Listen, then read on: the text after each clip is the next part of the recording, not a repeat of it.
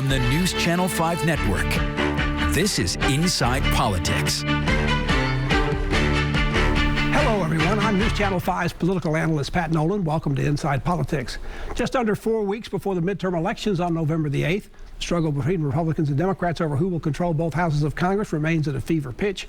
Congress is in recess this month. There remains quite a bit of news still coming out of D.C. this week, including what could be the final public meeting of the House Select Committee on the January 6th insurrection, along with foreign affairs developments around the war in Ukraine, and nationally, the renewed specter of a nationwide railroad strike, with the holidays approaching and the near record inflation continuing to rage across the country. To share his insights and analysis on these and other topics is Joe St. George, the national political correspondent for Scripps, the parent company for News Channel 5. Joe, welcome back to the program. Thanks for joining us. Good to see you, sir.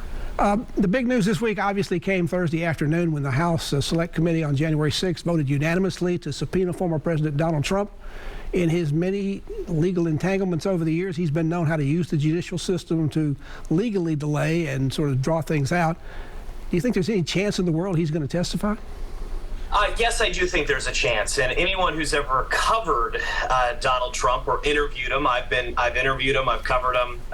You're taught to expect the unexpected. So conventional wisdom is no, he's not going to testify. But there's been some developments in the last several hours since we started talking, Pat, suggesting that perhaps he may be inclined to cooperate with this subpoena. On Truth Social, which is his preferred social media as of late, he reposted an article citing aides that he may be interested in the drama. Look, there is a other side to tell here. I mean, I'm an objective journalist. We love objectivity. This January 6th committee has been everybody but Democrats and Republicans who voted to impeach the president. There hasn't been a lot of the other side in these hearings. There's been compelling evidence against the president, no doubt, compelling testimony, compelling video. But boy, wouldn't it be interesting to hear the former president's side of all of these events? I understand the rumors are that he will testify, but only if he gets to do it on live, I assume, uninterrupted television. Now, that would be quite a spectacle.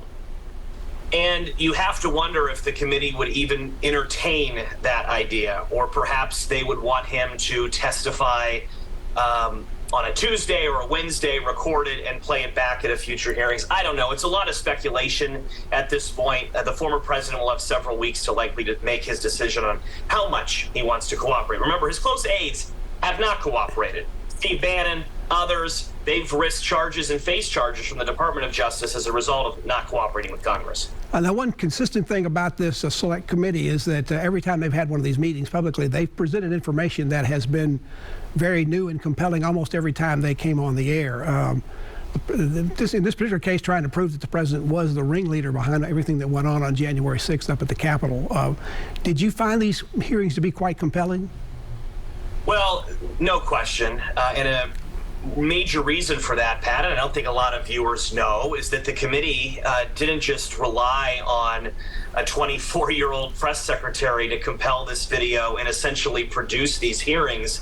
They hired an outside consultant, the former president of ABC News, actually, to help almost produce these newscasts, like these hearings, like you or I, Pat, would produce a newscast or a political show.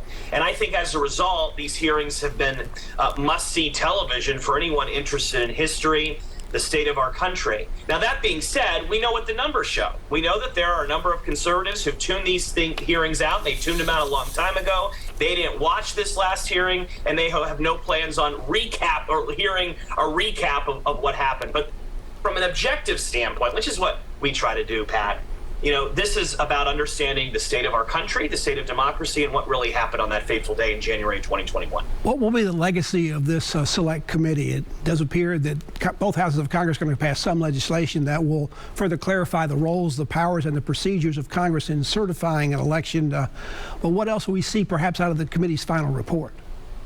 Yeah, so where we stand with all of this, you're right, is what does the committee have left to do? They've presented their case, no question. There's really one big task before them with a big asterisk, and that is what exactly the former president does with this subpoena. But they're charged with creating a final report and issuing recommendations, perhaps recommending criminal charges, referring this to the Department of Justice.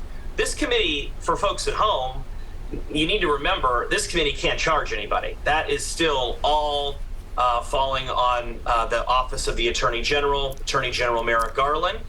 And that is a man who has quite a big decision to make in the coming weeks and months. Does the committee subpoena of the president somehow sort of muck things up for the Justice Department? They've been a little bit of competition between the two groups about this. Does this sort of further muddy up the water for what the Justice Department either wants to do or can do?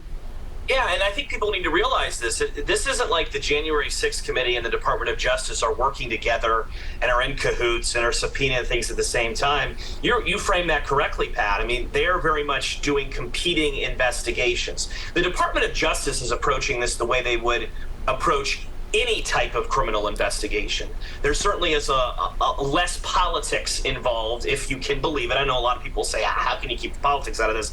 But there certainly is less politics involved in the Department of Justice investigation. At least that's what Attorney General Merrick Garland is attempting to create over there. And we've seen that not just with this January 6th investigation, but also with the classified documents investigation, which is an entirely different investigation that's happening as we speak. The Select Committee's term ends at the end of this year. It'll probably end forever if Republicans take over the House for next year. Will there be payback by Republicans for those members who have been on the committee? There's been talk about investigating the investigators. What does that mean? Well, if Republicans take back the House, and if you look at all the projections that the Republicans are certainly favored nationwide to do that, this committee will either be drastically reorganized or shut down entirely. It really will be up to Kevin McCarthy, assuming that he is leader of Republicans. You mentioned a key point there, and that is where do Republicans take all of these investigations? And it doesn't get a lot of attention, but a lot of these committees, oversight committees in the House of Representatives, they've already made clear, Pat, that they are going to really put a lot of resources into investigating things like Hunter Biden, President Biden's son.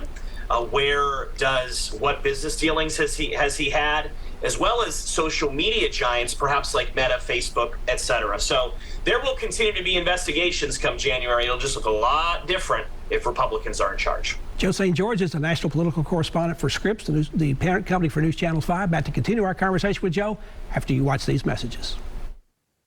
This